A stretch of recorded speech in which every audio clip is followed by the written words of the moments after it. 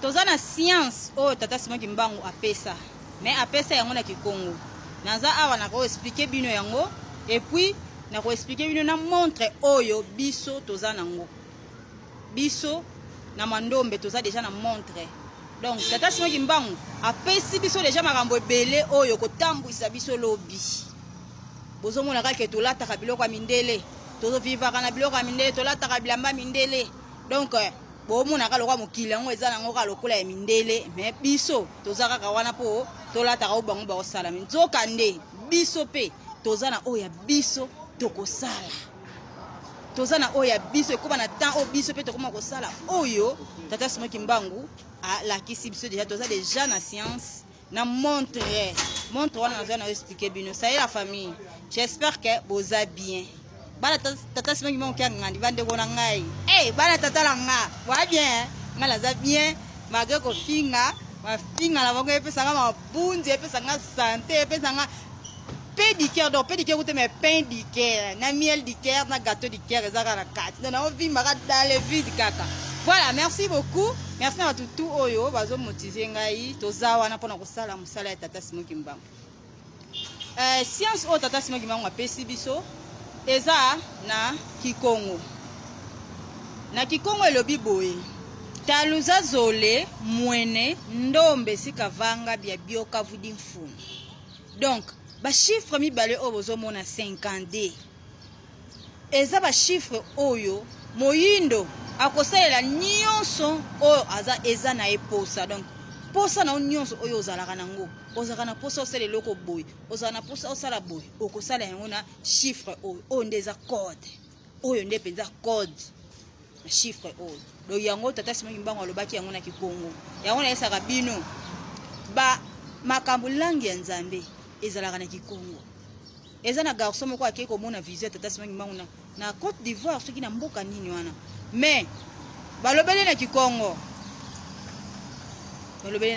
donc Kikongo eza langue moko oyo kozala makasi na mokili oza langue Nzambe babiloko ebele apesi biso mais apesi yango mingi na Kikongo toza pe na montre ya Mandombe oyo tata Simon Kimbangu alakisi biso montre na biso ya Mandombe eza montre oyo nani mona na mokili te mais tellement que tata Simon Kimbangu azo lakisa biso déjà na ba science na Mandombe écriture Mandombe donc yango wana na ba chiffre yango wana mbozo na ke toza na biloko ebele déjà oyo to gardaka déjà ba prise pour tata Simon Kimbangu alobi na tei bango na Bible mais ba comprendre ngaka te ba yokite na tei na banzembo ba yokite mais siko to kote ya bango na ba chiffre na science Mandombe na science Mandombe ce que montre na biso yangoyo montre oyo et tournaka lokola montre ya mindele te tournaka de gauche à droite ce que oyo ya biso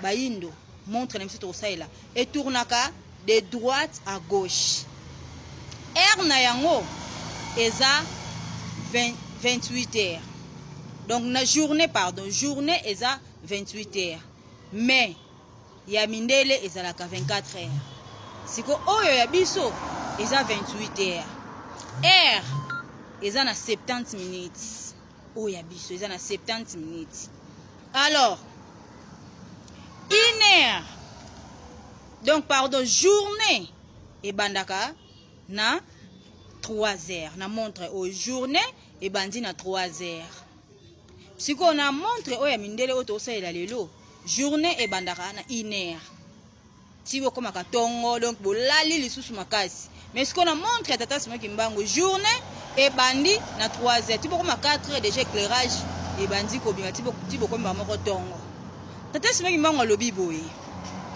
mindele bazwaki un quart ya pouvoir yango monki ba comprendre mingi ba comprendre te makambo ebele ba comprendre te lokola heure journée et bandi na 1 heure mais pourtant journée 1 heure bozana butu fobola la tibo comme atongo mais na montre na biso journée bandi na 3 heures 4 heures éclairage bimi si tongo etani donc na un quart wana bazwa ba comprendre penza makambo belete sko biso toza na 3 quarts ya pouvoir na 3 quarts wana tokosala makambo belé oh toza même pas quoi imaginer makambo belé ebele mais code na biso ezakaka 50D 52 oyo tobengaka yango voila za mpamba. Donc eza 5 na D. Donc tobengaka yango voila za mpamba. 5 wana yango wana eza na kati ya Bible. Oyo kolo Yesu a multiplier ka mapa, a multiplier mapa obotanga na kati ya Bible. Eza ka na kati wana yango wana. Sikoyo 5 na D wana tobenga yango voila za mpamba. Mais ekokoma compliqué. Ekobanda ko développer ti ekokoma na angle d'état. Soki ekomi compliqué boye tokobenga yango voila za mpipita. Donc bino moko bomona ndenge ezalaki 5 na D wana yango nde matière ekobanda ko développer ekoma compliqué. Tango ekoma compliqué nde tokoma kobenga yango voila za mpipita. Siko bino moko bomona ange d'état ebandi na 0 degré, 45 degrés, 90 degrés, 135 degrés, ti ekoya kokoma na 180 degrés. Donc ba degré ekobanda mata. Tango zo mata pe makambo esala nini ezo mata. Donc c'est ça. Voilà na Kikongo eza ba bâton sacré. Ndenge tata simo kimbango bando tambo na bâton sacré na ye. Ba élément o 5 na D eza puissant makasi. Yango biso bayindo tokosaila o nyonso tolingi na 5 na D wana. O nazoyisa bino bomona ka lokwa toza maboma me boye bateke makambo ezo ya makambo eza ebele important. O kosala yo nanga tozala bien. Mandombe papa wa Belabi azwaka yango tata Simon Kimbangu wayaki ko pesa ye yango tango azalaka mukie. Me abane ko pesa ba cours wana na ba université na Kini. Ba scientifique batuna ye. Na âge na yo oyo ya 21 ans. Ozo pesa makambo oyo soki koza na nzambe moko boye azo lakisa o makambo. Kende kotuna nzambe na yo wana kombo na ye eza nani na monde spirituel po biso to sa nini to luka ye. Na moment wana azanga ki réponse ya kopesa bango. Haye kozonga na ndako. Akoti na ba prière. Tata Simon Kimbangu ye lisusu ko révéler ye. Abandi yango na Kikongo. Ayebisie monoïroi. Le nombre pair et impair. Les maîtres des pays en profondeur. Tango aye kozwa yango asutuki alamuki akomprenaki yango bien te. Mais aye ko calculer yango na ba chiffre. Pour biso nyonso makambo na biso nyonso eza na ba chiffre. Tango a calculer ba chiffre atali ebimisi 50. Monoïroi. Le nombre pair et impair. Les maîtres des pays en profondeur. Yango réponse tata Simon Kimbangu apesa ke ndake ndaka koyebisa bango. Yango moni na yeli bino makambo nyonso eza makambo na biso ya mandombe. Eza makambo ba secret ya tata Simon Kimbangu kiangani yango oyo. Eza ba secret moko munene. Tango ngai na préparer ke mission oyo. Na yoko la pe na yoko za sous révélation. Mutu moko azoyebisa nga kolo Yesu azalaka na pouvoir ya 52 degrés. Na surtout ki boye. Na yoko lo basme 52 ngo yango peka bazoyisa biso ke code ya biso ya mokili eza na 52. O tokosala nyonso moyindo nyonso. Po biso tokosala.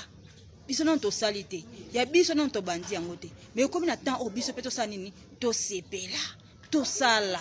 O mindele basala te biso siko tokosala yango. Nzamba azaka juste, nzamba azaka injuste te. Aza juste. Siko kodi wana ezaka yango. Yango nazoyisa bino kolo Yesu na tata Simon Kimbangu bazaka ka mutu moko boza prudent. Bino bo finga ka kolo Yesu. Mukolo wana kolo Yesu ko wanga na bino. Bino boyeba ka tata Simon Kimbangu te bien ke Fumu Kimbangu. Fumu Kimbangu akowanga na bino po boya ka kolo Yesu. So boyi kolo Yesu seke boboyi tata ye moko. Soki boyeba ka te. Boboya ka tata. Bososo. Merci à tout balanenga tomani à la prochaine. Bye.